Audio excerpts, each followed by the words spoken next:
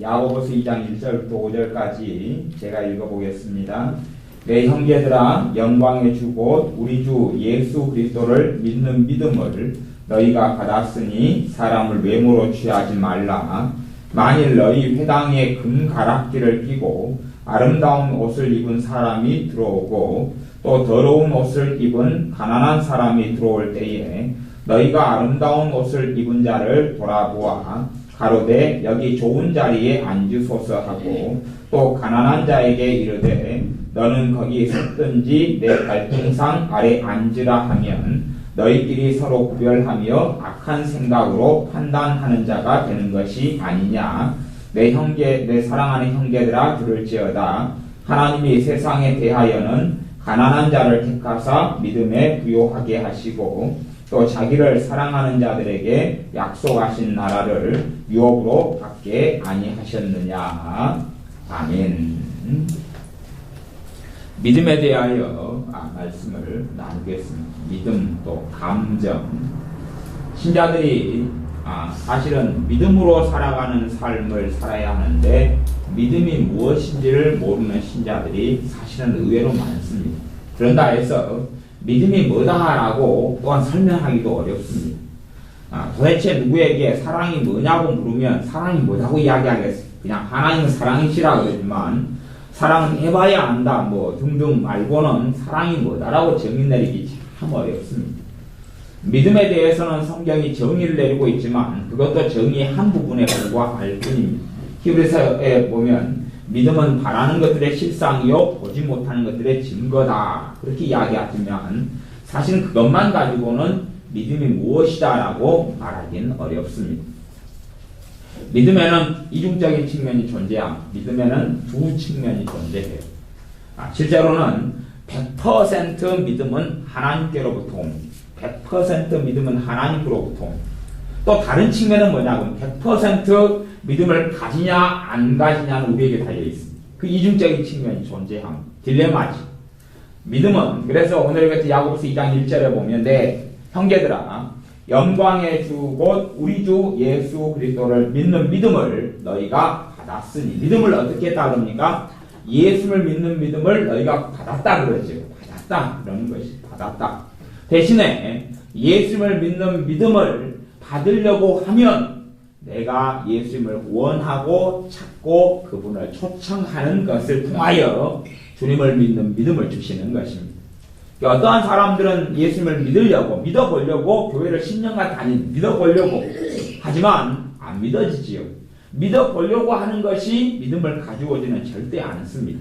믿어보려고 애를 쓰는 사람들을 종종 신자들 가운데 봅니다. 말씀을 믿어보려고 합니다. 하지만 믿어지지 않아요.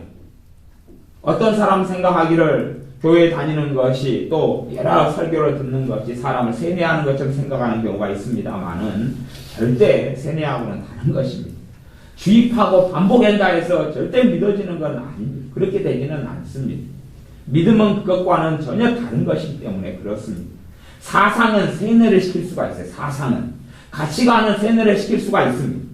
반복해가지고 그 사람에게 인이 박히게 할 수가 있어요. 하지만 믿음은 하나님으로부터 오기 때문에 세뇌를 시킬 수도 없고 사상처럼 주입할 수도 없어요. 사상의 뒤에는 대부분 마귀가 있기 때문에 사상을 통하여 사람과 사람이 죽이고 전쟁하고 분열하고 다투고 그럽니다. 사실은 사상 뒤에는 별로 선하고 옳은 것이 거의 없습니다. 그게 심지어는 공산당 사상만이 아니라 민주주의 사상이라 할지라도 거기에 몰입하게 될 때는 진리를 대신하여 잘못된 자리로 나아가게 됩니다. 그래서 본질적으로 믿음은 하나님으로부터 오게 됩니다. 예수를 믿는 믿음을 하나님으로부터 받게 됩니다. 내가 믿으려고 해서 믿어지는 게 아니라 내가 주님이 아니면 안 되고 내 죄와 허물이 드러나서 예수님을 필요로 하고 그분을 초청할 때에 어떤 아이가 있습니다. 아이에게 제가 예수님을 믿어라 예수님을 믿어야 된다.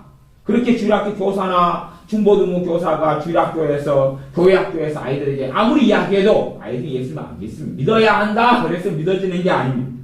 얘들아 예수님을 믿으려면 예수님을 만나려면 하나님 나라에 들어가려면 예수님을 초청해야 된다. 예수님을 초청해야 된다. 믿어야 된다가 아니라 왜냐하면 그분은 살아계신 주님이시기 때문에 그렇습니다. 살아계셔서 교제하고 만나기 때문에 직접 주님께 자기가 기도해야 됩니다. 초청해야 됩니다. 주 예수님 나와 만나 주십시오. 주 예수님 내 마음에 찾아와 주십시오. 나를 구원해 주십시오. 직접 요청해야 됩니다. 그것 말고는 예수님을 믿는 믿음을 받을 길이 없습니다. 그렇기 때문에 100% 믿음은 하나님 아버지로부터 오지만 예수님을 통하여 그러나 100% 우리의 책임이 되는 것입니다.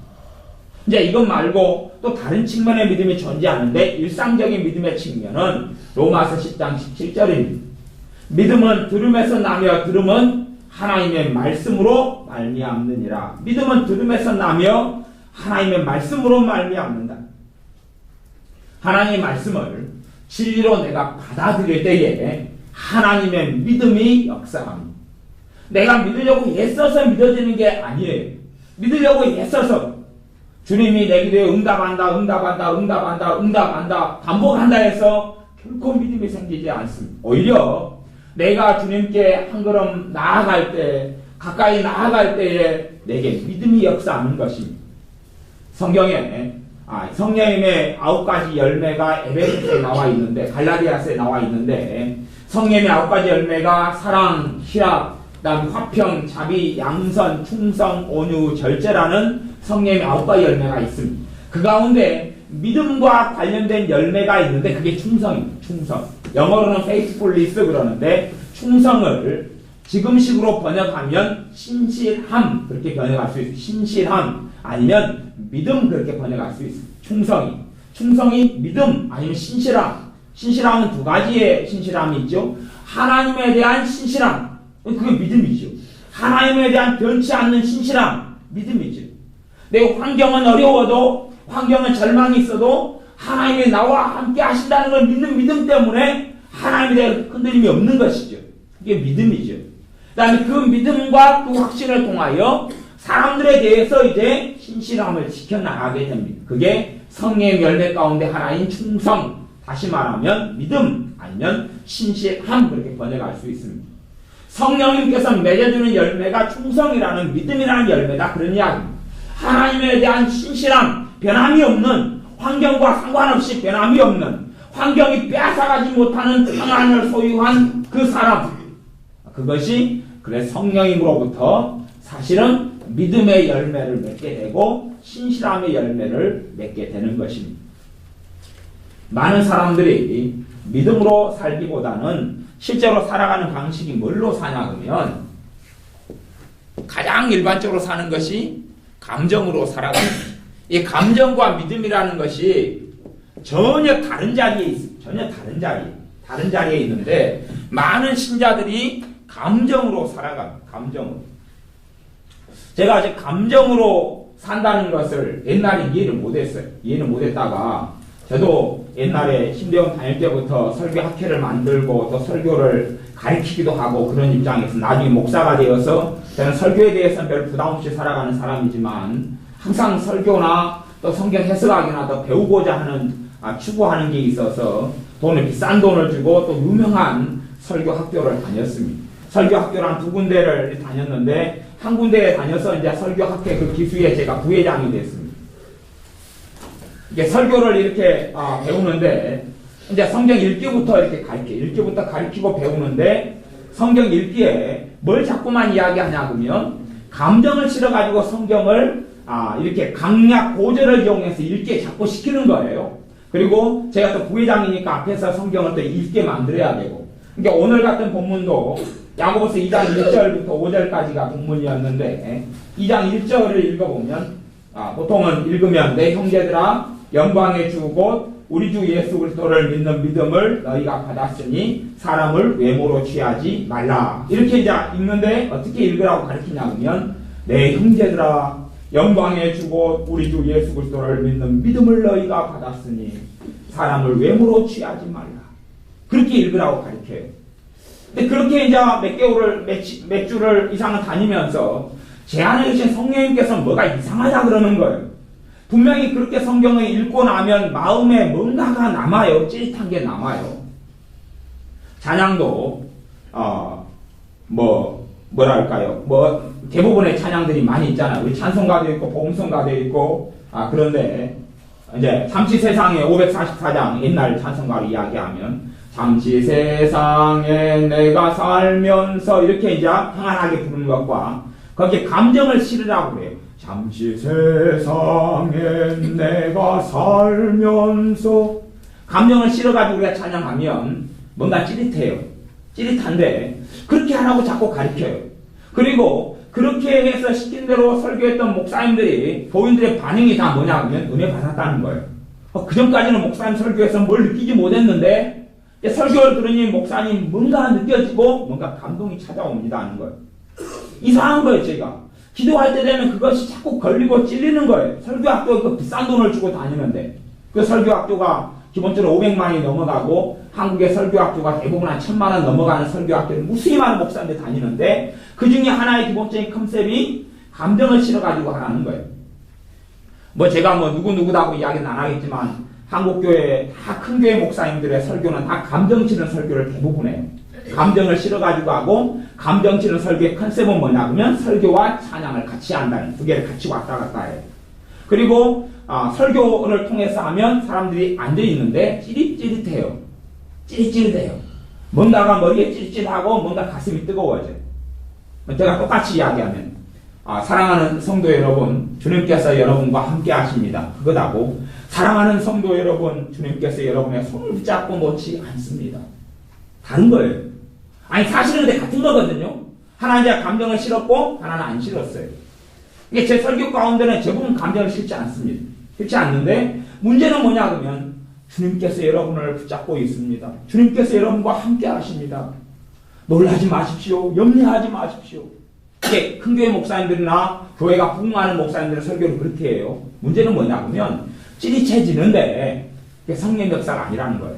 문제는 그게 아니에요. 그게 아니고 이 감정으로 많이 설교를 듣거나 그렇게 많이 살아가는 사람들에게는 시간이 흘러가면서 저주가 찾아오기 시작해요.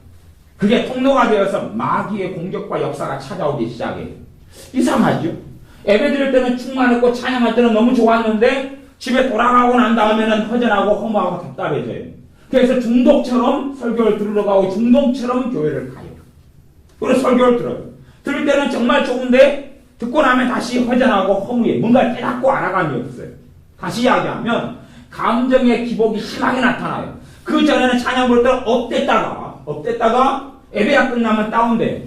근데 사실은 우리 주님께서 우리와 항상 함께 하시기 때문에 예배의 업되기보다는 예배도 평강의 역사가 있고 기쁨의 역사가 있고 예배가 끝난 다음에도 똑같이 있어야 되거든요. 그게 맞는 거예요. 성령의 역사는 그렇게 가고 성령의 역사는 막 안에가 뜨겁게 불같이 올라온 게 있더라도 기본적인 성령의 역사의 바탕은 뭐냐 그러면 평안이에요. 평안.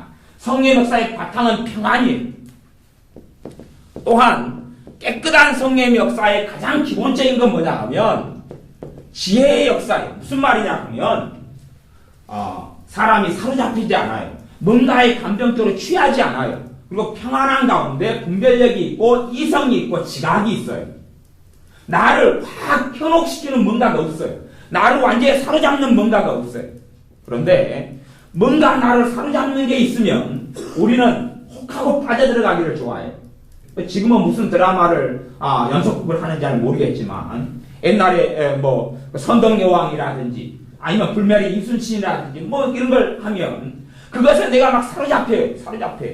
사실은 그 주인공과 내가 동화가 일어난 것이고 감정적으로 정서적으로 하나가 일어난 것이고 그리고 자면서도 생각이 나고 내일은 또 뭐가 할까 다음 주에는 어떻게 주인공이 될까 주인공이 잘 되고 성공하면 마음이 수련해지고 너무 기뻐지고 사실은 그러한 감동이 예배 시간 때 일어나는 것들이 예배 시간 때 일어나요. 주님과 별로 상관없이 실제로 그런 감정과 감동 속에 살아가면 믿음은 갈수록 믿음과 감정이라는 게 같은 건줄로 착각해버려요. 감정과 믿음이 같은 걸로 착각해요.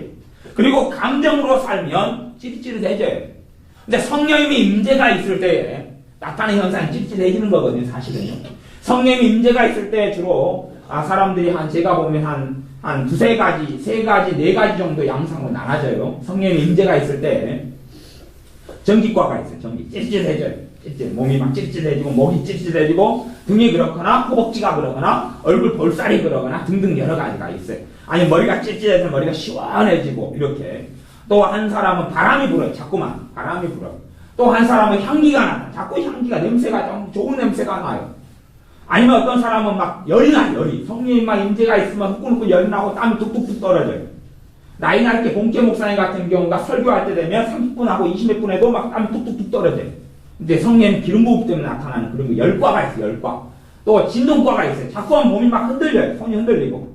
근데 손이 기도할 때 되면 이상하게 이렇게 흔들리는 사람은 거의 미혹된 사람, 미혹에 연사한 사람 이렇게 흔들리고요.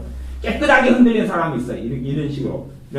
약간 이렇게 거슬리지 않게 흔들리는 진동과가 막 이렇게 흔들리고 찬양할 손이 막 이렇게 하는 사람은 미혹의 역사는 굉장히 많아요. 집회를 제가 잘 다녀보니까 그래요.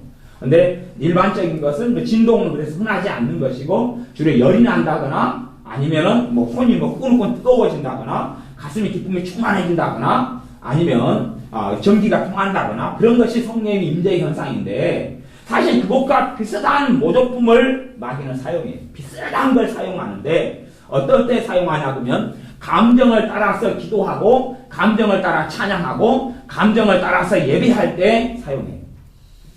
우리의 기도가 감정을 중심으로 기도하면 실제로 뭔가 찔찔해지지만 기도가 끝난 다음에 전혀 열매가 없습니다. 감정을 따라하면 감정과 믿음은 전혀 다른 것이에요. 전혀 다른 것이에요. 전혀 다른 것. 전혀 상상할 수 없이 다른 것이에요. 감정은 믿음이 아니거든요. 믿음은 감정이 아니거든요. 근데 사람들은 대부분 많은 신자들이 감정으로 살아가요. 감정으로. 찬양도 교회가 찬양할 때 되면 감정으로 찬양하는 걸 해요. 뭐 찬양 인도자가 그렇게 하는 것은 우리가 인도자가 아닌 한은 어떻게 못하잖아요. 하지만 최소한 우리는 감정을 빼고 해야 돼요. 어떨 때 감정을 사용할 게 깨끗하냐면 내가 감정을 내려놓고 하다가 어느 때 되면 성령님께서 내 감정을 사용하실 때가 있어요. 내 감정을. 그럴 때 되면 깨끗한 감동의 역사가 나타나요. 그런 것만 깨끗해요. 그런데 내가 스스로 감정에 취하려고 해요. 가상을 생각하면서 옛날 일을 추억하고 생각하고 몰입하고 막 그렇게 되어지면서부터는 우리의 마음에 사실은 안 좋은 감정적인 쓰레기들이 요동하고 움직이게 되어져요. 기도도 할 때 감정으로 기도하려는 사람들은 자꾸 울려고 해요. 울려고 하는 사람도 있어요. 자꾸 울려고 그러고 자꾸 뭔가 생각하려고 그러고 회개를 할 때도 믿음으로 하는 회개하고 감정으로 하는 회개가 들리거든요. 막 슬픔을 만들어내려고 그래요. 사실은 회개는요. 믿음으로 하는 회개는 이 안에 깊이 있는 평안이 나타납니다. 눈물이 나타나지 않아요. 눈물이 나타나도 한쪽에는 눈물이 흐르지만 한쪽 안에 기쁨이 있어요. 이중성이 존재해요. 성령의 역사하는 회개는 슬픔으로 눈물이 흐르지 않아요. 절대. 분명히 나는 내 죄 때문에 통곡하지만 내 안에는 깊은 기쁨이 솟아나는 것이. 그러지 그냥 슬픔으로 내가 꽉 차면서 회개는 절대 그런 회개는 존재하지 않아요. 성령으로부터 오는 회개는 그렇지 않아요. 눈물이 나고 통곡이 나지만 한쪽에서는 내 마음이 시원해지고 자유케되어지고 평안해지는 성령의 역사로부터 인한 회개. 그렇기 때문에 일반적인 회개는 사실은 내가 평안한 상태에서 하는 회개가 바른 회개가 되어져요. 회개를 하는데 내가 미워요. 회개하는데 내가 너무 내 자신 어리석음 때문에 내 가슴을 치고 싶어요. 그러니까 가짜 회개입니다. 가짜 회개. 회개는 우리 주 예수님의 십자가를 100% 의지하는 가운데 하는 회개. 100% 의지하는 믿음으로 하는 회개. 내 감정하고 상관없이. 사람은 자꾸만 감정을 만들어내려고 해요. 감정을 만들어내면 뭐 마음에가 뭔가가 찝찝하거든요. 저도 뭐 사람도 있을 때는 안 그러지만 혼자서 맨발의 기봉이 옛날에 영화를 보러 가면 막 울어요. 혼자 울어요. 왜? 감동적이거든요. 그 키 큰 탤런트가 일용이 엄마랑 막 이렇게 연기하는 거 보면 연기를 잘하니까 울죠. 저 다 거짓말인데. 직업말도 아니고 지도자도 아니고 쟤는 장애인도 아니고 아떤 선수도 아니고 다 연기하는데 그걸 보고 그 현실에 도취되기 때문에 그 상황에 도취돼서 저는 울거든요. 하지만 그건 은혜 받은 게 아니잖아요. 문제는 그러한 쇼맨십이 어디서 나타나냐 그러면 예배 가운데 그걸 도용해가지고 사용하는데 사람들은 그걸 성령 역사라고 생각해요. 성령 역사는 그렇지 않거든요. 근데 이걸 같이 사용해요. 그렇기 때문에 요즘에 설교 같은 경우 보면 의사 가운도 입고 나오고 막 그 강단에 탱크도 만들어 놓고 6.25 뭐 전쟁 기념주일 되면 아니면 펌프 갖다 놔요. 펌프. 내가 이번에 미국 갔더니 미국의 한 교회에는 미국 3대 교회 가운데 하나에는 예배드리러 갔더니 거기는 목사님이 강단에 뭘 가지고 나왔냐고 사람들 스텝을 시켜서 가지고 나온 게 그냥 큰 트로피를 갖다 놓고 이 트로피를 보면서 여러분이 묵상해라. 이 트로피가 이제 조금만 영어를 조금 알아먹어요. 어쨌든 이 트로피가 여러분이 얻어야 될 영광의 멸류관이다. 여러분이 이거 트로피를 받아야 된다. 그리고 이제 미국에는 좀 습관이 틀려가지고 모자를 몇 개 갖다 놨어요. 그래서 작은 경기에 우승할 때마다 모자를 하나씩 준대요. 모자를. 그리고 그 경기가 많이 이제 우승하면 마지막에 받는 게 트로피 돼요. 모자를 막 이렇게 쌓아놓고 여러분이 모자로 만족하려냐 이 트로피를 받으려냐 그리고 트로피와 모자를 앞에 두고 이제 묵상하면서 기도하라. 그리고 이제 예배 딱 끝나더라고. 이게 사실은 뭔가 감동을 만들어내려고 그래. 뭔가 감동을 만들어내려고 강단에 장식을 하고 멸류관의 모습을 갖다 놓고 막 고난주간 되면 그 분위기를 그렇게 다운을 시켜야 되니까. 그래서 뭔가 음수가 그것이 사용하는 게 성당이고 가톨릭이 그걸 사용하는 거예요. 그러니 뭔가 가서 거룩함과 음수감이 취하는 것처럼 느껴지지만 전혀 주님하고는 아무 상관이 없는 거예요. 그리고 거꾸로 이 감정의 주인 되면 이 뒤에는 마귀가 있어요. 이 뒤에는 마귀가 있어요. 이 뒤에는 마귀가 있어요. 그래서 현혹시키고 그래서 끌고 가는 것이. 근데 사람들은 이 감정에 도취되게 되면 이게 성령의 역사인 줄 알아요. 그리고 감정을 자아내려고 습관적으로 자아내려고 그래요. 찬양할 때도 자기 목소리에 자기가 취하려고 애쓰는 사람들도 있고 찬양을 부르면서 감정을 찾고 싫어요. 근데 그런 찬양을 한 달 부를 때는 문제가 없어요. 하지만 2달, 석 달, 5달, 10달, 1년 우울증이 찾아오고 비관이 찾아오고 절망이 찾아오고 쓰레기가 찾아와요. 왜냐하면 믿음으로 할 때에 주님과 만나거든요. 에베소 3장 말씀에 믿음으로 그리스도께서 너희 마음에 계시게 하옵시고 그랬는데 믿음이 아니라 감정이거든. 감정이거든. 자, 관상기도 같은 것은 카톨릭이나 옛날에 수도원의 또 중세시대의 기도 방법 중에 하나지만 제가 관상기도로 일반적으로 그게 죄다라기보다는 반대하는 입장이에요. 왜 반대하냐면 많은 사람들이 관상기도를 하나님의 보좌를 생각하고 뭘 그리면서 뭐를 사용해버리냐 그러면 감정을 사용해버려요. 감정을 사용해. 항상 천주교의 십자가는 예수님을 지금도 십자가에 매달아놨어요. 자꾸 매달아놨어요. 주님 지금 부활해가지고 하나님 우편에 계시고 성령을 통하여 우리와 내주하시는데 예수님 맨날 십자가에 매달아놨어요. 예수님 지금도 못 내려와요. 십자가에. 하고 지금도 고생하셔요. 왜? 그러면서 뭔가의 슬픔, 뭔가의 고난, 뭔가의 서러움을 자꾸만 만들어놓고 양산을 내는 것이죠. 뭔가에. 마리아상을 맡아놓고 마리아상이 일주일에 한 번씩 미사를 드리게 만들어요. 그 상 앞에서. 그러면 제가 한번 성당을 우리 교회 가는 게 성당이 있으니까 한 번씩 통과하면 마리아상 앞에서 절하고 있어요. 사람들이. 그 앞에 모여가 의자 다 갖다놓고 그 안에 예배하고 있어요. 예배가 아니죠. 우상숭배죠. 그러면서 마리아상을 자유롭고 인자롭게 만들어놔요. 그 뭔가에 도취되게끔. 근데 그것이 개신교인 우리들의 예배 가운데도 도용되어 있고 우리의 신앙생활에 그것이 굉장히 많이 스며들어와 있어요. 믿음으로 주님을 만나기보다는 감정으로 뭐 불러일으켜보려고 해요. 그리고 우리 자신의 기도가 믿음으로 하는 기도를 하게 되면 어떤 면에서는 딱딱해요. 하지만 그것이 그 믿음으로 나아갈 때 성령이 역사하셔서 평강을 주시며 주님을 만나게 하시는데 감정으로 기도도 주님 내가 주님을 찾습니다. 주님 나와 만나 주십시오. 그렇게 깨끗하게 일반적 감정 안 싫고 감정이라는 게 주여 어찌하면 좋나이까 그런 게 있잖아요. 주여 감정을 싫으면 그 소리 들으면 마귀 역사예요. 같이 마귀 역사. 왜? 공간을 마귀에게 자꾸 넘겨주는 행위가 되거든요. 그러니까 사람은 감정을 싫어가지고 하고 한 5분 주여 부른 다음에 기도를 못 해버려요. 왜냐하면 감정으로 하기 때문에. 이게 정말로 그 요상한 일들이 교회 속에 신자의 신앙생활 속에 굉장히 많이 나타나요. 자기는 주님을 찾는 것 같아요. 주님을 찾는 것 같지만 사실 주님이 아니에요. 감정의 도취를 원하는 감정의 도취를 뭔가의 찌렛을 원하지 정말 주님을 원하지 않아요. 근데 그런 신앙생활을 어떤 권사님 30년도 그렇게 살아요.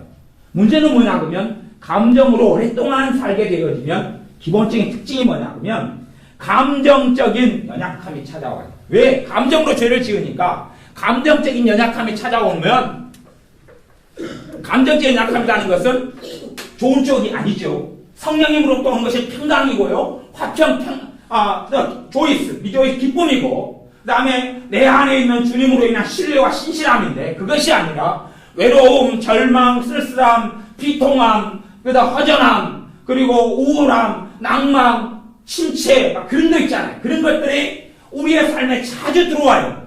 왜냐하면 믿음으로 사는 게 아니기 때문에 내 삶을 지킬 수 있는 것들을 다 구멍을 뚫어놨거든. 그릇에 의한 구멍이 다 뚫려 있어요. 다 외부로부터 마귀의 공격과 침입이 얼마든지 나타날 수 있게 다 만들어놨어요. 울타리를 내가 스스로 다 무너뜨려놨어요. 믿음으로 살아가는 그 울타리를 무너뜨려놨어요. 그렇기 때문에 감정적인 침입을 자주 받게 돼요. 자꾸 받게 돼요. 제가 어떤 기도 스타일은 사실 안 좋아하냐 그러면 뭐 아이약도 그런 방식을 좀 사용해서 제가 사실 좀 안 좋아하는 부분이 있어요. 찬성하지 않는 영역이 좀 있어요. 근데 찬양과 기도를 함께 섞는다 그래가지고 제가 어떤 사람들을 만나보면 제가 집회를 할 때도 그런 기도하는 사람들 제가 제재를 하는 그 기도를 하지 말라고.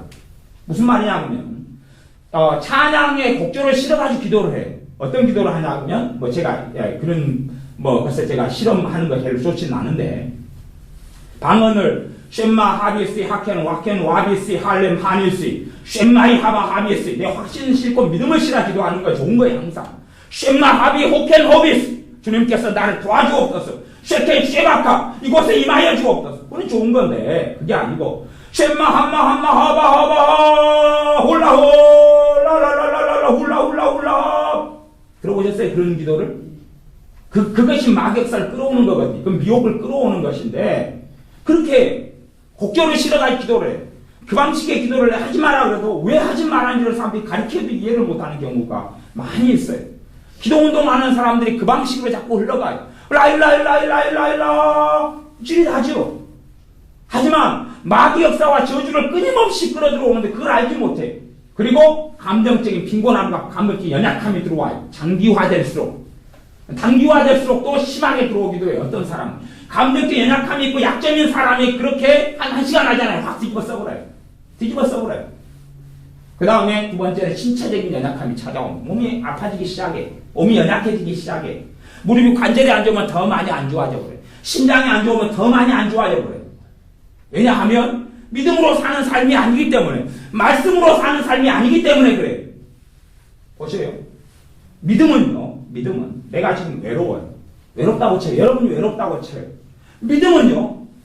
그럼에도 불구하고 주님이 너와 함께 계시다라고 말씀을 선포해요. 그렇죠? 그렇기 때문에 내 지금 감정은 외로운데 말씀에 따르면 여호와께서 주님께서 하나님께서 너를 버리지 않고 너의 아버지가 되셔서 너와 함께하고 너를 도우신다라고 선포하고 있어요. 그러므로 믿음의 고백은 외롭고 허전한데 주님께서 나와 함께 계심을 내가 믿습니다. 이렇게 믿음의 고백으로 나갈 때에 성령님께서 역사하시기 시작하고 이 외로움과 쓸쓸함이 사라져가요. 그런데 감정을 따라 사는 사람들 외로우면 그렇게 기도해요. 주님 내가 외로워요. 내가 지금 혼자 너무 쓸쓸해요. 허전해요. 그래요. 허전함을 좀 없애주세요. 그러면 성경 진리하고 맞습니까? 틀립니까? 틀려요. 전혀 주님은 응답하지 않고 외로움은 다 강화되어지죠. 왜냐하면 믿음으로 내가 지금 외로워요. 지금 감정이 외로운 건 사실이지만 외로워요라고 고백한다는 것은 주님께서 함께 하신다는 걸 나는 안 믿어요. 성경 그 거짓말이에요. 한다는 이야기거든. 함께 하신다는 거 거짓말이에요. 거짓말이니까 내가 좀 외롭지요. 사람의 감정은요. 첫째는 우리의 말을 안 들을 때가 너무 많아요. 왜? 훈련되지 아니한 감정은 말을 많이 안 들어요. 사실 두 번째는 감정의 이면 속에 뭐가 있냐면 원수, 마귀의 악한 영, 귀신들이 감정을 굉장히 많이 사용해요. 상상하지 못할 만큼.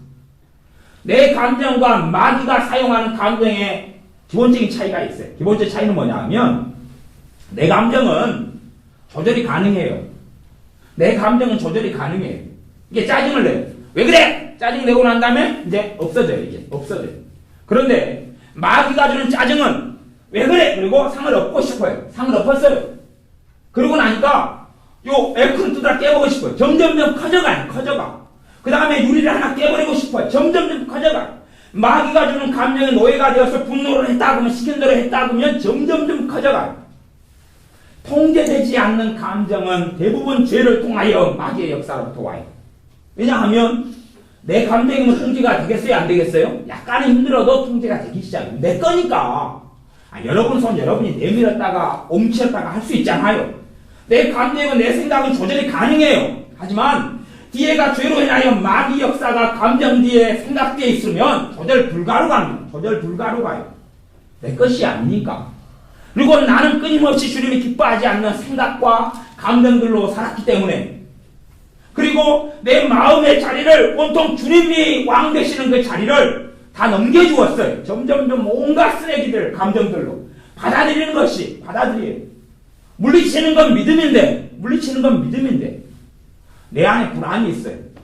그러나 주님께서 내 안에 지금 계시고 주님께서 평강의 주님으로 내 안에 계시기 때문에 내가 믿음으로 평안합니다 선포하고 외칠 때에, 그렇게 인정하고 고백할 때에 내 안에 있는 불안감이 사라져가기 시작하거든요. 왜요? 믿음이 역사하기 때문에. 그런데 믿음을 사용하지 않고 불안하고 낙담되면 불안한 대로 사는 거예요. 불안이 찾아오면 하는 방법이 그런 거죠. 밖에 나가 산책을 해야 돼. 자연을 보고 산책을 하거나 돌아다니거나 쇼핑을 하거나, 아니면 너 불안해지니까 잊으려고 이불을 뒤집어 쓰는 방식을 선택해. 그리고 자고 일어날 때는 또 불안하죠. 하지만 믿음으로 살아가는 사람은 그럴 때에 주님께서 나와 함께 하심을 내가 믿습니다. 나는 하나님의 말씀을 믿는 하나님의 사람으로 내가 서 있습니다. 내가 지금 불안하고 낙담이 되지만 사실은 이것은 한쪽이 빙산의 일각이고, 진실과 진리는 주님께서 날 위해 죽으셨고 부활하셨고, 주님께서 날 위해 죽으시고 부활하신 그 주님께서 그의 성령님을 통하여 나와 함께 계심을 내가 믿습니다. 그게 믿음이거든. 말씀을 시인하고 고백하고 인정하는 게 믿음이거든. 그런데 우리는 믿음으로 살기보다는 감정으로 살아요. 허전하니까 신자들이 어디로 가요? 영화관으로 가요. 허전하잖아요. 영화에 가서 야 좋은 프로 하나 보자. 뭐 허전함이 사라지죠. 허전하니까 이제 음식을 먹어요. 사 먹으면 또 허전하니까 친구한테 전화를 걸어요. 그래서 한 30분, 1시간 막 수다를 떨고 나면 허전함이 좀 없어지고. 근데 이것은 시간이 흘러가면서 점점 강화되어지고 점점 허전함이 강해지고 세져가기 시작해요. 풀리고 없어지는 게 아니고, 잠깐은 풀리는 것처럼 보이지만 주님을 의지하는 삶이 아니거든요. 믿음으로 살아가는 삶이 아니거든요. 그렇기 때문에 좋은 열매를 결코 맺을 수가 없습니다. 근데 우리들은 대부분, 그래서 믿음이 점점 약해지는 사람은 무슨 현상이 있냐고, 믿음이 뭔지를 몰라가기 시작해요. 믿음이 약해져 가는 사람은 믿음이 뭔지를 몰라요. 믿음이 강하게 성령 역사하는 사람은 그게 뭔가가 설명은 하지 못해도 성령 역사하시고 믿음이 뭔지를 알아요. 믿음이 약해지는 사람은 믿음이 뭔지를 몰라요. 많은 신자들이 믿음의 자리를 감정으로 이렇게 바꿔놓은 사람들을 많이 봤습니다. 굉장히 많이 바꿔놨어요. 엔진이 믿음으로 주님을 만나고 믿음으로 기도하고 믿음으로 주님 앞에 나가고 하나님의 말씀을 신뢰하고 우리 주님을 신뢰하고 십자가를 붙들고 주님의 보혈을 믿고 나아가는 게 아니라 내 감정이 업되면 내가 믿는 것 같아요. 감정이 다운되면, 업되면 주님이 함께 계시는 것 같아요. 다운되면 주님이 전혀 함께 계시질 않아요. 그래서 주님 함께 계시지 않는데 어쩌면 좋아요? 사실 주님께서 묻는 것입니다. 너가 말씀에 의지하여 믿음으로 사느냐? 너 감정으로 사느냐? 주님께서 베드로에게 고기 어부가 밤이 맞도록 수고했는데 고기를 못 잡았어요. 주님께서 베드로에게 이야기합니다. 깊은 데로 가서 그물을 내려라. 베드로가 뭐라고 이야기하냐면, 밤이 맞도록 수고하였으나 아무런 고기를 못 잡았습니다. 그러나 말씀에 의지하여 그물을 내리겠습니다. 감정은, 그 실제 자기 경험은 물고기 없어요. 거기에 자기는 어부고 밤새도록 고생했고 아무것도 못 잡았어요. 자기가 그런데 예수님이 말씀하신 그곳에 다 그물을 던져봤어요. 못 잡았거든요. 주님이 던지라는 거예요. 베드로가 그래서 믿음의 고백을 하는 것이에요. 내 경험은 고기가 없어요. 내 경험은 하루 저녁 내내 수고했는데 하나도 못 잡았는데 말씀에 의지하여 주님이 그렇다고 하시니까 그렇게 할게요. 그리고 순종해서 고기가 그물이 터질 정도까지 고기를 잡았습니다. 그게 믿음으로 살아가는 것이지. 데살로니가전서 5장에 보면 범사에 감사하라. 범사하면 모든 것에 감사하라 그거죠. 모든 것에. 뭐 우리 인생살이 속에서 10개 일이 생기면 그 중에서 좋은 일이 몇 개나 있습니까 도대체? 10개 일이 있으면 좋은 일이 몇 개나 있습니까? 좋은 일이 잘해야 아마 한 개 있을까요? 2개 있을까요? 2개? 그 다음 별거 없잖아요. 별거 없어요. 좋은 일은 거의 없어요. 생각하고 생각해보면 더 없는 것도 같아요. 드물어요.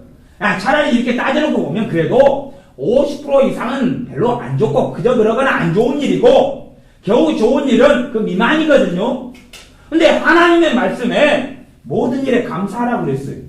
그러면 하나님께서 인생사 가운데 전도서 말씀에도 고난과 수고와 엎치락 뒤치락을 겸하여 주면서 뒷일을 인생으로 하여금 모르겠다 그랬어요.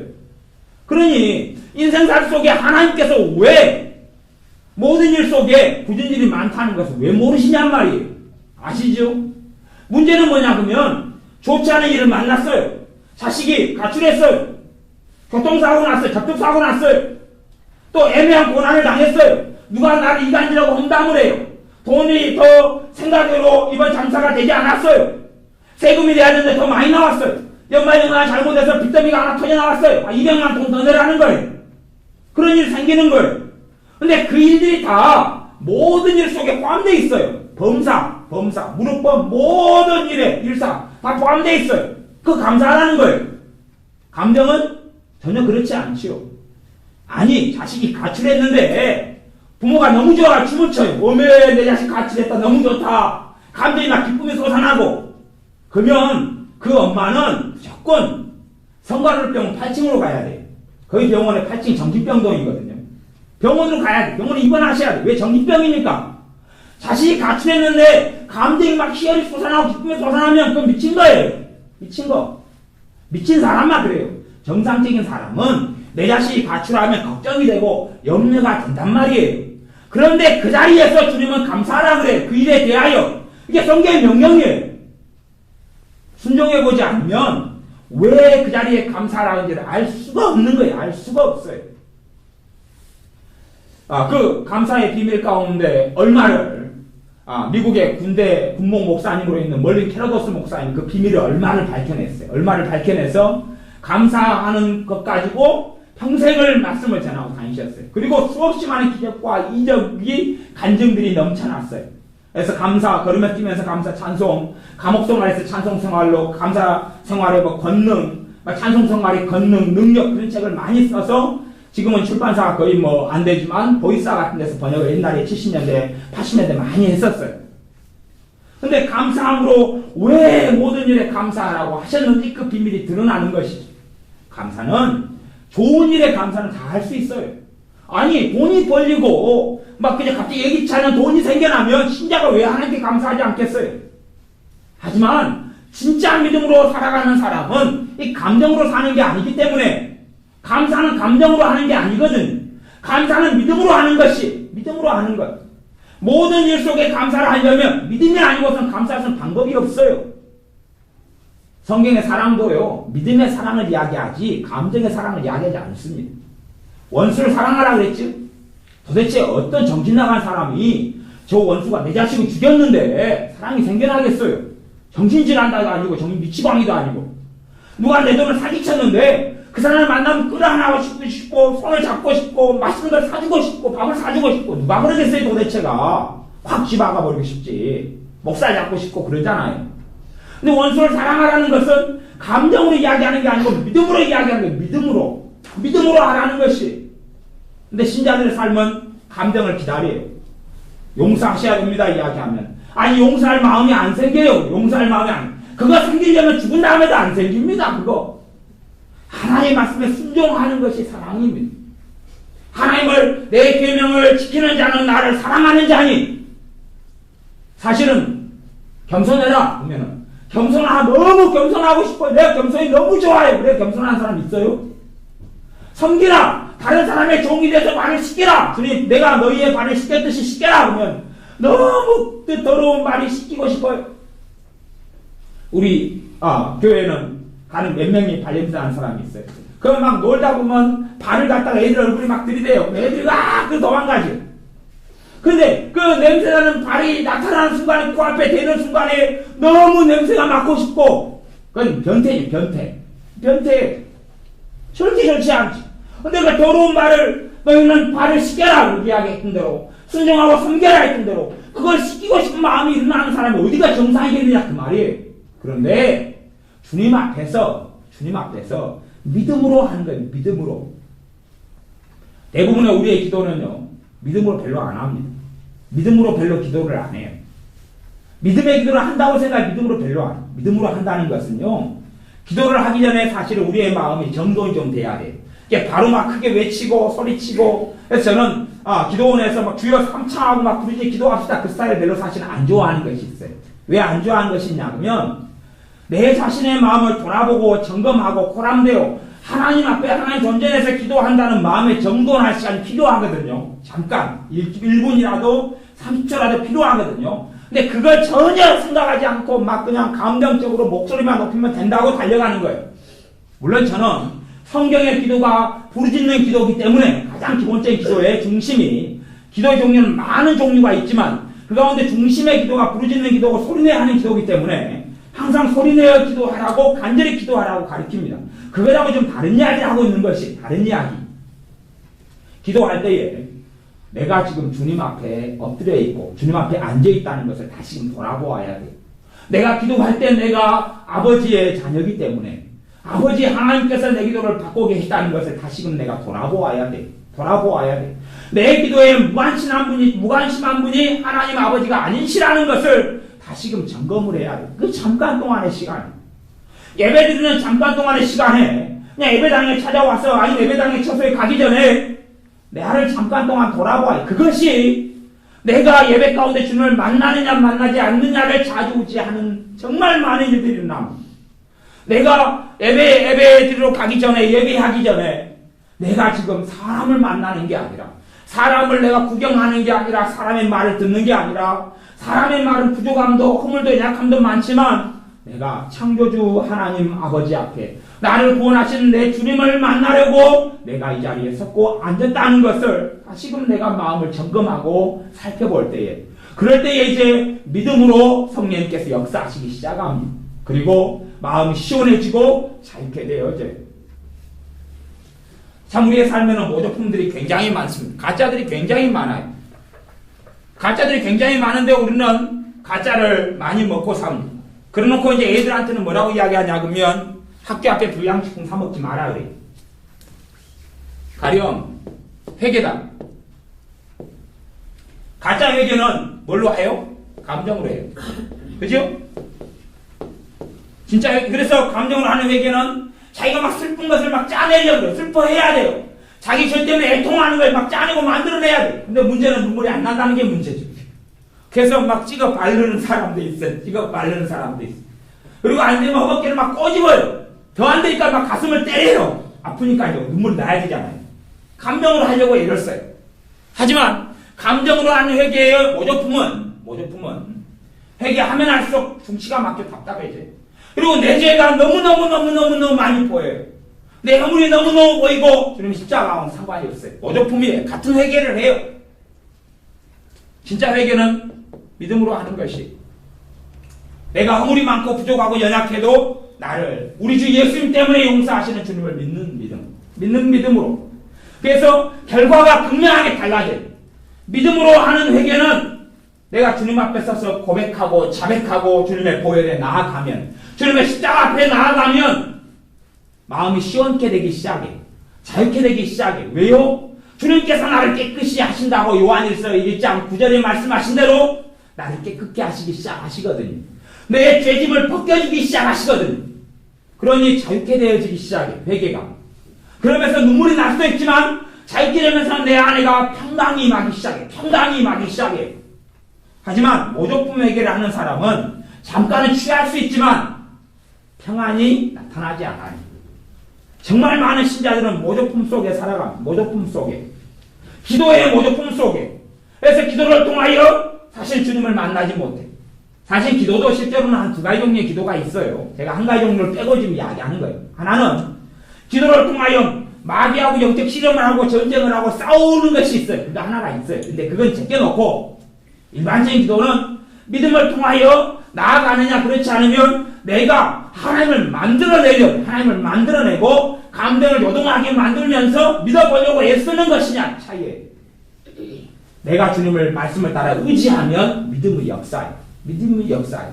그런데 내가 믿어보려고 애쓰면 믿음은 역사하죠. 왜? 그건 가짜이기 때문에. 내가 믿어보려고 애써요. 그게 아니라 믿어보려고 애쓰는 게 아니라 말씀을 받아들이는 거예요. 그래서 성경은 너희가 사람이 떡으로만 살 것이 아니라 하나님 입에서 나오는 모든 말씀으로 살 것이니라 그렇고 사람이 이 말씀을 음식으로 비유해서 먹으라고 이야기하죠. 음식을 먹으면 음식이 내 몸에 들어가서 내게 건강의 원천이 되잖아요. 거기에서 양분이 있고 거기에서 에너지가 있고 거기에서 여러 가지 비타민이 있고 거기에서 탄수화물, 단백질, 지방 이런 게 생겨서 내 몸에 건강을 주죠. 그것처럼 하나님 말씀 우리가 먹으면 그 말씀을 통해 일하시는 분은 성령님이셔요. 성령님이셔요. 근데 내가 말씀을 먹는 게 아니고 머릿속에 집어넣어요. 요즘 피터슨 목사님이 이 책을 먹으라 이 책을 써놨는데 두꺼운 책인데 그런 것처럼 말씀을 먹어야 되는데 말씀 머릿속에 집어넣어요. 짜고 분석하고 물론 분석도 필요하고 이해도 반드시 필요합니다. 하지만 머리에 집어넣는 것으로 분석하는 것으로 책상에서 쓰는 것으로 끝내버리는 거고 먹지를 않아요.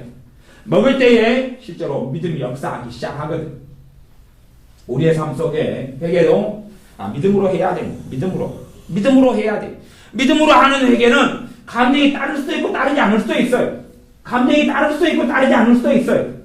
하지만 기본적으로 따르는 감정은 평강이 내 안에 따라요. 평강이. 나를 의지하는 회개가 아니라 십자가를 의지하는 회개.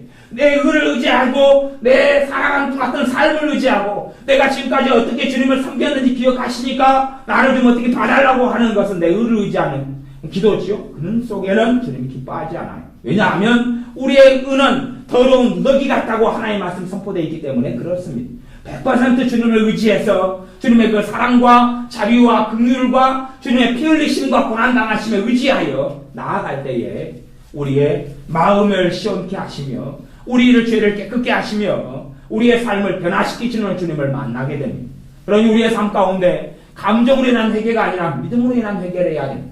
감정은 전혀 슬픔이 안 생기고 감정은 애통이 안 생기고 감정은 문담이 안 생겨도 아무 상관이 없습니다. 왜냐하면 감정으로 회개하는 건 별로 의미가 없기 때문에 그래요. 사람 가운데 여러 가지 기질이 있고 성격이 있어요. 근데 어떤 사람은 감정적인 사람이 있어요. 감정적인 사람이 사람의 부류 가운데 50%는 감정적인 사람이에요. 50%는 논리적인 사람. 생각, 지각, 사고. 그래서 어떤 사람 만나면 감정이 먼저 표출돼요. 그래서 뭐 두서없이 그냥 끌어안고 만나고 반갑다 그러고 어떤 사람은 저 사람을 멀리 아는 사람 만나면 인사할 것을 미리 생각을 해요. 저 사람 만나면 이렇게 해야 되겠다. 그리고 가가지고 생각했던 대로 인사를 해요. 그렇게 감정적인 사람하고 이성적인 사람하고 두 분은 나눠져요. 감정적인 사람도 아주 적극적인 감정하고 소극적인 감정적인 사람하고 또 나눠져요. 그러니까 사람은 감정적인 사람이 정말 감정이 믿음이라면 이 사람은 은혜 생활해야 돼요. 왜냐하면 수동적이고 내성적인 사람은 감정이 굴곡을 별로 안 타거든요. 그래서 감정이 요동이 그렇게 많이 치지를 않아요. 그러니까 그 사람들이 감정이 믿음이다 그러면 믿음 생활 제대로 못하지요. 전혀 그런 건 아니다 그런 말이에요. 실제로 거꾸로 어떤 사람이 나는 은혜를 너무 많이 받았다 감정적인 사람이 나는 은혜를 100만큼 받았다 라고 말하는 사람하고 감정적이지 않은 사람이 나는 은혜를 1 받았다 그렇게 말하는 사람하고 진짜로 나에게 이렇게 진실을 알고 나면 나는 1 받았다는 사람 100 받았다는 사람보다 더 많이 받은 경우도 있다 그런 말이에요. 꼭 과거의 두 랩돈처럼 많이 언급하는 사람보다 한 랩돈이 한 500원짜리 동전 하나가 되는데 두 랩돈은 2개 한 거죠. 두 랩돈. 그것도 과부가 헌금할 때는 1년에 하나님의 성전에 한 3차례 찾아 나오니까 분기로 하면 넉 달에 1,000원 한 거예요. 넉 달에 1,000원. 지금 돈으로 환산해서. 그것하고 넉 달에 한 헌금을 얼마나 많이 모았겠어요. 하지만 그렇게 많이 한 사람보다 과부가 더 많이 했다고 말씀하시는 것처럼 감정적인 것이 믿음은 아니다 그런 말이에요. 믿음은 아니에요. 우리가 그래서 회개해야 되는 것은 우리가 감정적으로 기도를 많이 해왔으면 우리가 기도할 때 성령의 역사하시겠어요? 마귀의 역사하겠어요? 마귀의 역사. 그럴 때 영적 씨름이 일어날 수밖에 없어요. 왜냐하면 기도 시간에 내 감정이 역사했다는 이야기는 성령이 역사하지 않았다는 이야기는 영적으로는 이원론이에요. 성령님의 역사 속에 있든지 마귀 역사 속에 있든지 그래. 내 중심으로 살아가는 삶이 진짜 내 중심이겠어요? 마귀 중심이겠어요? 마귀 중심이거든. 하나님 중심이든지 내 중심은 마귀 중심이에요. 마귀는 너가 중요하다. 이기주의, 개인주의, 너 중심이야. 너가 주인공이야. 그럽니다. 하지만 성령님께서 너는 한 지체야. 너는 교회의 한 지체야. 그리고 너만이 최고가 아니라 자기보다 남을 낮게 여겨야 돼. 너가 손이고 단상이 발이라면 너 손의 기능은 발휘하는 기능을 따라갈 수 없어. 대신에 너가 손일 때는 너가 손으로서는 발을 도울 수가 있어라고 말씀하시는 것이 성령님께서는. 하지만 마귀는 너가 제고 중요해. 너 감정이 제고 중요해. 너 생각이 제고 중요해. 너가 제고 보호받는 게 제고 중요해. 라고 이야기합니다. 그래서 우리가 기도를 통하여 믿음으로 기도하지 않는 삶을 많이 살았으면 우리가 기도할 때에 그 기도를 통하여 짓는 죄가 많아요. 많은 다음에 기도를 해도 성령 별로 역사하지 않아요. 그래서 신자가요. 신앙생활을 1년 한 사람하고 20년 한 사람이 있어요. 기도의 열매요. 차이 하나도 없어요. 오히려 1년 한 사람 더 많아요. 1년 한 사람 더 많고 20년 한 사람 별로 의미가 없어요. 기도의 문이 20년 동안 꾸준히 예배도 참석했고 성경도 보았고 11정음도 했고 그리고 막 새벽 예배도 다녔고 그랬는데 별로 의미가 없어요. 왜냐하면 기도할 때 믿음으로 시작하지 않았어요. 기도할 때 감정으로 해요. 감정으로 하다 보면 주여 한 3번 하고 5분 랄랄랄랄랄 하다가 훅 꺼져버려요. 왜요? 성령님이 도와주지 않으니까. 성경에는 성령으로 기도하며 성령님으로 기도하며 말씀하는 그런 게 없는 거예요. 그런 게 없어요. 그러니까 사실은 기도할 때 주체가 나일 뿐이고 기도할 때에 신자가 절대 절망 속에 있질 않아요. 무슨 말이냐 하면 성령님이 아니고서는 내 기도가 제대로 된 기도를 할 수 없다는 것을 인식하지 못해요. 성령님이 아니고서는 내가 하나님의 존전에 나아가는 기도를 할 수 없다는 그 절망이 없어요. 신자가. 성령님 없어도 기도 내용도 다 할 수 있어요. 성령님 없어도. 성령님 없어도 기도해요. 성령님 없어도 기도해요. 성령님의 기도할 때 고우심도 구하지 않고 원치도 않아요. 보혜사 성령님께서 신자에게 임하신 이유에 대한 자각이 전혀 없어요. 물론 이론적으로는 성령 충만하게 살아야 된다 등등 이야기하지만 실제로 우리의 기도 생활 가운데 성령님께서 내 기도를 반드시 도와주셔야 됩니다는 절박함이 없어요. 그 믿음이 없다 그런 말이에요. 말씀도 마찬가지예요. 성령님께서 말씀의 눈을 열어주시고 조명해 주는 간절함과 사모함이 없어요. 불신자는 성경보다 주님 만납니다. 초신자는 성경보다 은혜 받아요. 왜? 그 사람들은 그 정도 믿음, 아니요 믿음이 없어도 만나 주시기 때문에. 근데 신앙이 있는 사람은 거기까지는 안 돼요. 신앙이 있는 사람은 이제는 알고 있어야 돼요. 성령님께서 이 말씀을 열어주지 않으면, 조명해 주지 않으시면 내가 진리를 깨닫고 알 수 없다는 사실. 진리의 영신 성령님께서 이 말씀 가운데 역사해 주지 않으면 내가 이 말씀을 통하여 주님의 사랑 속에 은혜 속에 죄를 깨닫는 삶 속에 들어갈 수 없다는 것을 이제 믿음이 좀 있는 신자는 반드시 알고 있어야 합니다. 그래서 무수히 많은 사람들이 이단이 다 성경 보고 이단 나옵니다. 성경 보고 신천지가 나오고 신천지가 성경에 요한계시록 보고 나오고 또 뭐 구원파가 성경 보고 나오고 다 그냥 여호와의 증인이 나오고 마리섬도 예수로서 몰몬교가 나오고 뭐 등등 기타 등등 무수히 많은 이단들이 성경 보고 나와요. 이단이라고 일컬지 않는 사이비들, 작은 자기 무리를 조성해가지고 하는 사이비들도 다 성경 보고 나와요. 왜 그렇습니까? 그들은 자신감이 있거든요. 내가 하나님 말씀 보고 이해할 수 있다고 자신감이 있거든요. 왜 무수히 많은 신학 박사들이 아니 신학교 교수님들이 말씀과 진리를 별로 모르느냐 하면 그들은 자신감이 있거든요. 나는 학문이 있고 나는 이해력이 있고 나는 학벌이 있기 때문에 나는 성경을 성령이 없어도 다 이해할 수 있다고 생각하거든요. 제가 전에 신대원 다녔던 교수님 한 분은 영국에서 박사를 받았는데 조이신학 교수님인데 그분이 신학대학원 강의 때마다 항상 하는 이야기가 있어요. 그것이 신학대학원 내내 기간 동안에 그분의 수업 시간에 강의 과목은 조직신학 과목은 틀려도 항상 하시는 이야기가 방언은 마귀의 것이야. 시작이 딱 다 끝나요. 수업이. 방언은 마귀로부터 옵니다. 아멘. 왜? 그분이 박사학위가 방언은 마귀의 것이다. 박사학위 받았거든요. 그리고 내 마누라도 방언한다. 내 장모님도 방언해도 나는 방언 인정할 수 없다. 그래요. 왜냐하면 그분은 자기 지식으로 성경을 이해하기 때문에 그래요. 그리고 그것이 가르치는 내용이 전부 다해. 전부 다해. 그거 말고는 더 이상 아는 내용이 없는 것 같아. 자기 입맛에 맞는 논문들, 입맛에 자기들 갖다가 그렇게 논문을 만들어놨어요. 사실은 신자는 성령의 역사가 아니고서는 말씀을 알 수가 없습니다. 말씀 앞에 겸비해져서 실제로 우리가 성경 읽을 때 성령 역사하지 않는 이유는 있어요. 신자들이 성경 읽기 많이 해보세요. 신앙생활 10년 한 사람 성경 읽어보세요. 은혜가 얼마나 있는지. 은혜 없어요. 거의 없어요. 성령 충만한 사람만 성경 보고 은혜 받아요. 왜냐하면 성경 볼 때 끊임없이 자기가 주인 돼서 성경 받잖아요. 내가 주체가 되어서 주님을 의지하지 않고 성령을 의지하지 않고 성경 봅니다. 그 죄가 얼마나 많이 신앙생활 속에 쌓였겠느냐 그런 말이에요.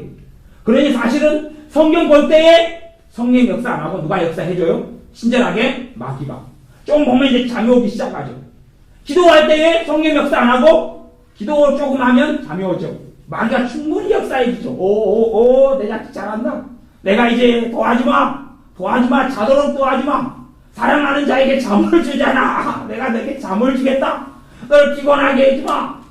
그리고 기도하면서 점점 답답해져요. 암담해지고 졸다가 자다가 일어나요. 왜요? 성령님하고 네 기도하고는 상관없다는 거예요. 하지만 우리는 착각하기는 좋아하죠. 그래도 성령님이 어딘가에 역사하셨을 거야. 그럼 이러면 되지요. 하지만 우리의 기도 생활에 성령님을 의지하는 기도는 없어요. 내가 스스로 할 수 있다고 생각하지.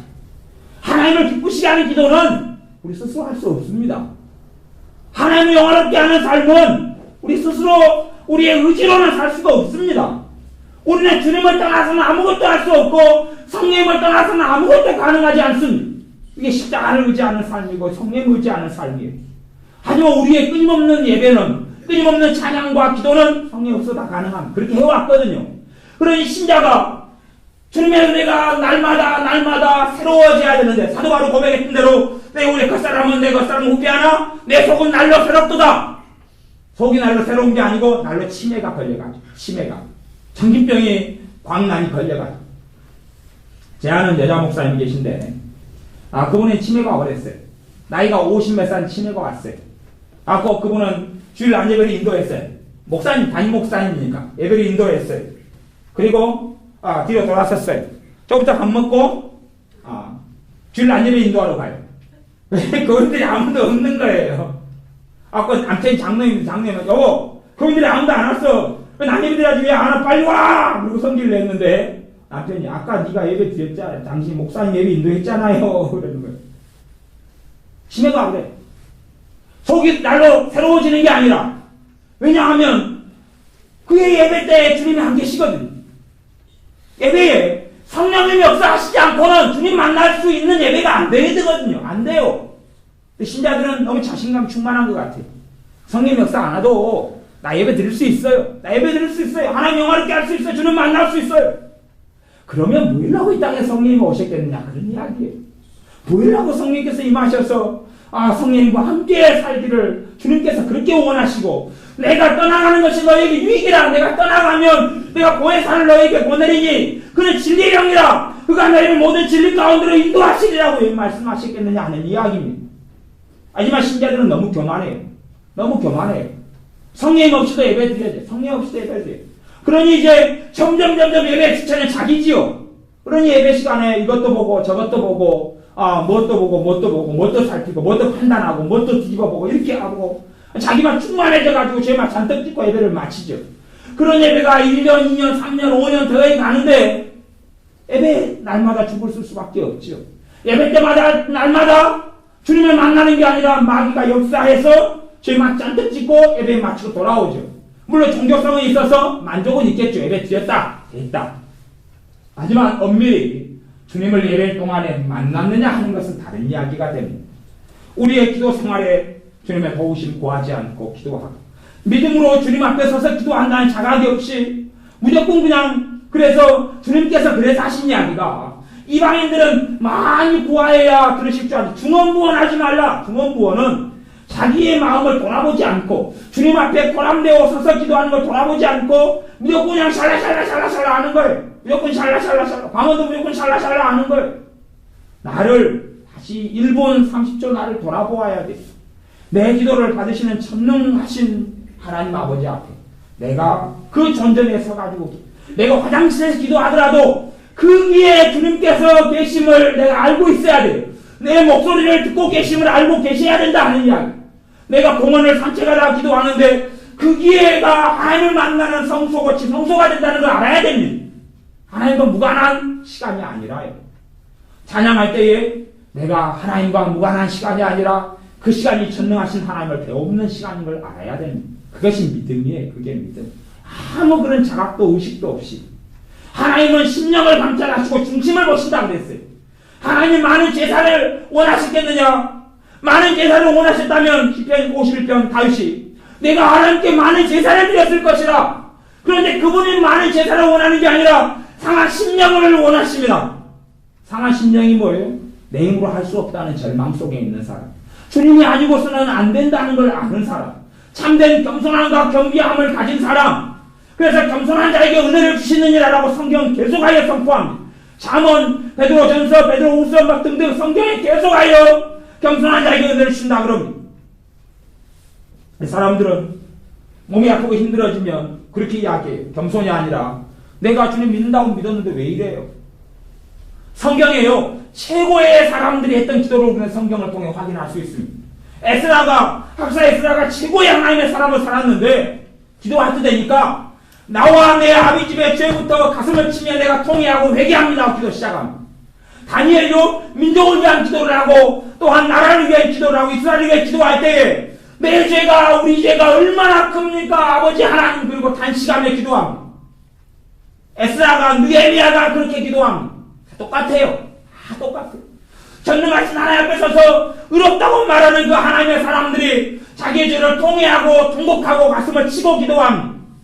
왜냐하면 자기가 내가 의롭다고 하지 않고 하나님 앞에 섰을 때에 내 허물과 내 부족함을 보기 때문에 하나님 아버지의 사랑이 용서가 긍휼이 아니고서는 하나님 앞에 설 수 없다는 걸 알기 때문에 그렇습니다. 그러한 믿음이 그러한 겸손함이 그러한 겸비함이 반드시 우리에게 있어야 됩니다. 또한 간절히 우리의 기도 가운데 주님이 함께 하시고 도와주시기를 성령님이 도와주시기를 원하는 마음이 있어야 됩니다.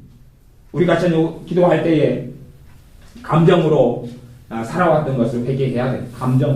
감정으로 기도 생활하고 감정으로 예배하고 감정이 고치되기를 원하는 것 돌아서며 기도해야 됩니다. 감정으로 많이 그럴 때 몸이 약해지고 감정이 연약함이 찾아오고 감정이 쉽게 요동하고 난리가 난다고 그랬어요. 성령 하나님이 내가 내게 평안을 준다. 하나님 평강이 있는 사람은 감정의 요동이 별로 없습니다. 감정의 요동이 별로 없어요. 평안이 있으니까. 하나님 평안이 있으니까. 문제가 닥쳐도 마음이 그냥 불면증이 일고나 엎쳐지쳐가지 않게 됩니다. 하나님의 평안이 나를 지키니까 그 평안을 통하여 문제로 인한 걱정과 두려움을 물리치고 싸우기 시작. 저항력이 있다면 저항력이 있어요. 요한일서 말씀에 청년의 신앙은 속사람이 강하다 그랬어요. 강하다, 강건하다. 에베소 3장에 사도 바울이 에베소서를 위하여 에베소 교회를 위하여 하는 기도가 너희가 믿음으로 말미암아 너희 속사람이 강건하게 하옵소서. 너희의 속사람이 강건케 되어져야 된다. 1000만원 문제가 터지고 1억 문제가 터지고 10억 문제가 터져도 마음이 강건하다. 누구를 믿으니까요? 1억보다 하나님이 크시고 10억보다 하나님이 크신 그분을 믿기 때문에 그렇다냐. 문제보다 크신 주님을 믿기 때문에 내 속사람이 강건하다 그 말입니다. 믿음으로 서 있기 때문에 그렇습니다. 하지만 믿음으로 안 서 있는 사람은 내가 무슨 병이 들었는데 아니면 사고가 났는데 통장의 잔고는 1000만원밖에 없는데 5천만원짜리 일이 터졌습니다. 그러면 4천만원어치는 절망하고 낙담하고 좌절하지. 왜요? 주님이 안 계시니까. 왜요? 믿음이 없으니까. 모든 것이 평안할 때는 내가 믿음이 있는 것 같습니다. 믿음이 확인할 자리가. 왜 하나님께서 연단하시고 고난을 허락하시냐 하면 사실은 너가 믿음이 있다고 생각하지만 너 믿음을 확인하라는 것입니다. 믿음이 있다고 생각하지만 그 고난의 자리 속에가 진짜 내가 믿음인지 아닌지가 알게 되는 것입니다. 알게 되는 것이에요. 나무가 많습니다. 나무가 많고 탐지나무가 많은데 불을 떼보면 그 나무 속이 비었는지 아니 진짜 장작처럼 화력이 좋은지가 드러납니다. 불을 피워보면 압니다. 그것은 멀쩡한데 그것처럼 고난 당해보면 내가 가진 믿음이 금보다 더 귀한 믿음이고 능력이 있는 믿음인지 믿음의 역사 사랑의 수고 소망이 있네 믿음이 역사하는 믿음인지 역사하는 이 믿음의 기도는 역사하는 힘이 많은지라 내 기도가 정말 하나님을 믿는 믿음과 파워가 있는지 능력이 있는지 아니면 없는지가 드러나게 되는 것입니다. 고난당해보고 어려움 당해보면 내가 지금까지 믿었다고 생각했는데 내 믿음이 정말 볼품이 없는지 드러납니다. 그래서 구약성경에는 끊임없이 하나님의 사람들이 아주 만사 형통의 길을 걸은 게 아니고 아브라함도 자기 마누라 사라 여러 번 뺏기고 그리고 믿어야 됐고 이삭을 하나님께 제물로 번제로 바치라 할 때 바치면서 다시 살려주실 것이다라고 믿었다고 성경에 나오고요. 그래서 그의 믿음을 하나님은 의로 여겼다고 계속하여 로마서와 갈라디아서에서 이야기하고요. 어려움을 다 통과하면서 그의 믿음을 보이고 그의 믿음이 연단되고 확증됐어야 하는 것입니다. 우리의 믿음이 어느 자리에 있는지, 우리가 과연 믿음으로 살았는지 믿음의 사람인지, 하나님의 말씀을 신뢰하고 있는 사람인지, 아니면 외로움이 닥쳐올 때에 내가 외로움 속에 침몰해버려서 쓸쓸함과 허전함이 닥쳐올 때에 아이고 하나님은 왜 내가 이렇게 외로운데 가만 놔두십니까? 하는 사람인지, 외로움이 찾아올 때에 감정은 외로움이 느껴지지만 진실로 진리에 따라서는 주님이 나와 함께 하십니다라고 신뢰하고 믿어서 외로움과 싸워 승리하는 사람인지 우리 자신을 돌아보며 기도하시기를 바랍니다. 기도하겠습니다. 아버지 하나님, 우리가 믿음으로 살기보다는 내 중심 또한 내 감정으로 살 때가 많이 있었습니다. 감정으로 기도하고 믿음을 따라 기도하지 아니하였습니다. 기대감 없이 소망 없이 믿음 없이 예배하지 않고 내 스스로 내 힘으로 예배하고 내 생각과 내 지혜로 내 열심으로만 예배하고 살았습니다. 기도함으로 성령의 도우심을 구하여 말씀 앞에 서지 않고 내 스스로의 지혜와 지각으로 지식으로 말씀을 이해하려 하며 알려 하였습니다.